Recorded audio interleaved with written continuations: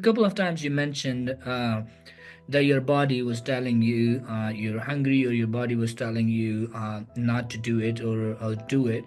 How do you listen to your body? It takes a while. So I'm a boredom eater. So when I'm bored or watching TV or I'm just sitting in my office sometimes, I'll pull something out. Hmm. So sometimes you if you start what I ended up starting to do was I kind of eat on a time basis. So I eat like every 3 hours. But even then, there's still times you're hungry. And part of that is I keep a food log.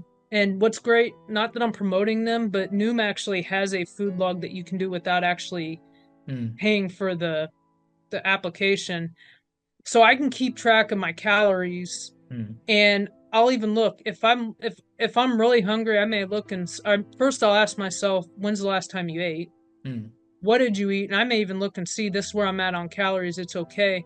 Hmm. But if you are boredom eating, then keep foods around that are easy access that are healthy. Hmm. So like this is normally when I would eat lunch, but I knew I wasn't going to eat lunch, so I was going to eat lunch late, so I had an apple before we came on because I would just want to make sure my metabolism and my blood sugar is good and everything. Um, but it takes a while to figure it out. But first thing I'll also ask is, am I just wanting to eat because I'm bored? Because I'm sitting Yeah. here doing something. So Yeah. one of the techniques I learned was, if you can, it's hard in my office, but at home, don't eat in the same place you do your work. Hmm. Because then your body naturally tells you, oh, I'm sitting here, so it's okay for me Yes, to and eat. just to grab something. Yeah. Exactly. Yeah. So I try to eat in a different spot. So when I was doing my PhD, I lived with my parents. So I was literally working in my house and in my bedroom.